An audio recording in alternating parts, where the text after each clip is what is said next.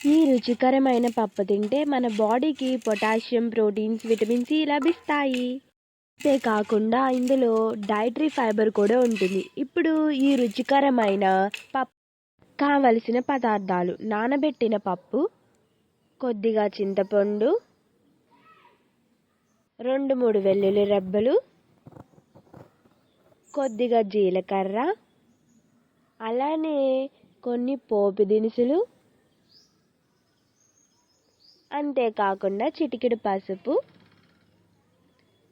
కొంచెం కరివేపాకు, కొద్దిగా ఎక్కువగా చిల్లీస్, పచ్చిమిర్చి,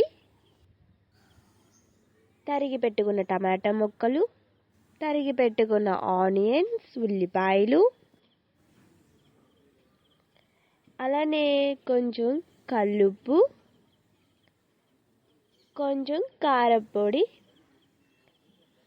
తయారీ విధానం: ముందుగా నానబెట్టిన పప్పులో నీరు వేసి స్టవ్ మీద పెట్టి ఆ తర్వాత ఒక 4 డ్రాప్ల నూనెను వేయండి. ఎందుకంటే తొందరగా ఉడకడానికి 10 నిమిషాలు ఇలా బాయిల్ చేసి అంటే ఉడకబెట్టి ఆ తర్వాత కొద్దిగా సాల్ట్ వేయండి.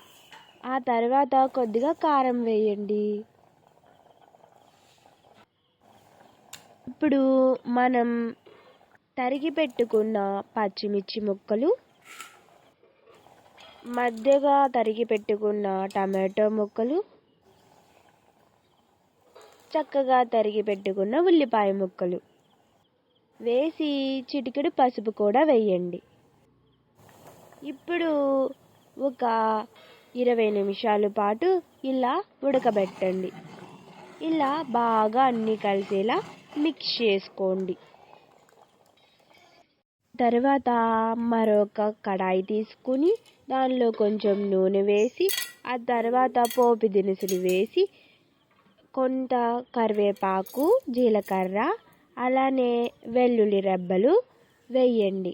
ఆ తర్వాత ఈ పోపుని ఇందాక తయారు చేసి పెట్టుకున్న పప్పులోకి వేయండి. అంతే, రెడీ అయిపోయింది. పప్పు తింటే ఎముకలు పుష్టిగా ఉంటాయి.